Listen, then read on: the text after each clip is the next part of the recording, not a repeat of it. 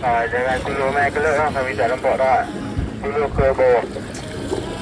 Okay, Assalamualaikum warahmatullahi wabarakatuh kepada semua viewer Din Channel. Okay, ramai 6,000 lebih subscriber Din Channel ni. Hopefully lepas ni akan bertambah lah. Semua orang tahu Din Channel ni bila dia keluar video, dia berkenaan dengan jentera pertanian dan segala teknologi pertanian yang ada masa kini. Okay, buat julung-julung kalinya Din Channel cuba mengubah orang panggil genre. Macam tu kot orang sebut. Okay, kita akan buat kisah pengembaraan 4 ke 5 orang pemuda talent daripada Din Channel yang diketuai, tak ada ketua lah. Okay, malam ni saya berkesempatan main melawat aktiviti mereka di Pulau Batu Layang, Kuala Perlis. Jadi selepas ini mungkin kita akan meneruskan video-video yang sebegini. Kita akan menunjukkan pengembaraan mungkin dalam laut, mungkin di kawasan-kawasan yang adventure. Jadi saya harap viewer semua boleh subscribe, share dan komen apa lagi yang kita boleh buat untuk tatapan anda semua. Video-video ni mungkin kita akan masukkan ke